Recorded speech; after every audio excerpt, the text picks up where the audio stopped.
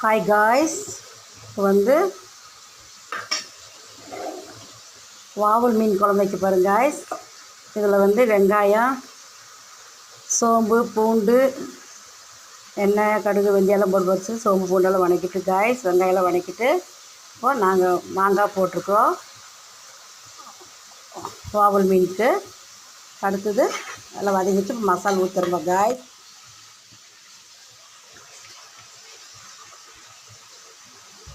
மசாலா ஊற்றியாச்சு காய்ஸ்.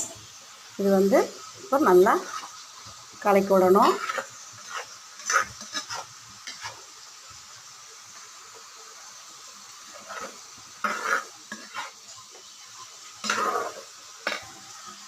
இதை காய்ஸ் வாவல் மீன் இது போட்டு கழுவியாச்சு. அடுத்த மீன் கொதி வந்ததும் மசாலா கொதி வந்தது காய்ஸ் போட போகிறேன்.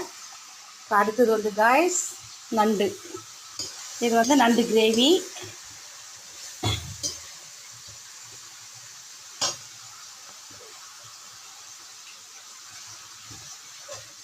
இது வந்து சோம்பு, இஞ்சி, பூண்டு எல்லாத்தையும் போட்டு தட்டி போட்டு காய்ஸ்.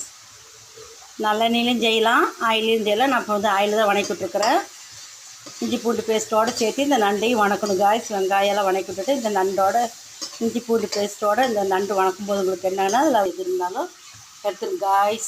இப்போ வந்து இதுக்கு வந்து நல்லா வதங்கிருச்சு. இப்போ அடுத்து இதுக்கு மசாலா ஊற்ற போகிறோம் காய்ஸ். இது வந்து நண்டு கிரேவி. இது கொஞ்சம் தண்ணி ஊற்றினா போதும் காய்ஸ். கொஞ்சம் தண்ணி சும்மா அரை டம்ளர் தண்ணி ஊற்றி நல்லா வெந்ததுக்கப்புறம் அப்படியே ட்ரையாகவே எடுத்துருங்க காய்ஸ். இது நண்டு கிரேவி. ஓகே காய்ஸ், அடுத்தது இதான் மீன் குழம்புக்கு ரெடி ஆயிடுச்சு. இது மீன் ஒரு கொதி வந்தது காய்ஸ். தண்ணி இந்த மசாலா ஒரு கொதி வந்ததும் அடுத்தது மீன் போட்டு அப்படியே அரைக்கிறோம் காய்ஸ். இன்றைய சண்டே ஸ்பெஷல் நண்டு கிரேவி. சண்டே ஸ்பெஷல் நண்டு கிரேவி, பெப்பர் கிரேவி நண்டு. திஸ் நேம் வந்து பெப்பர் நண்டு கிரேவி காய்ஸ்.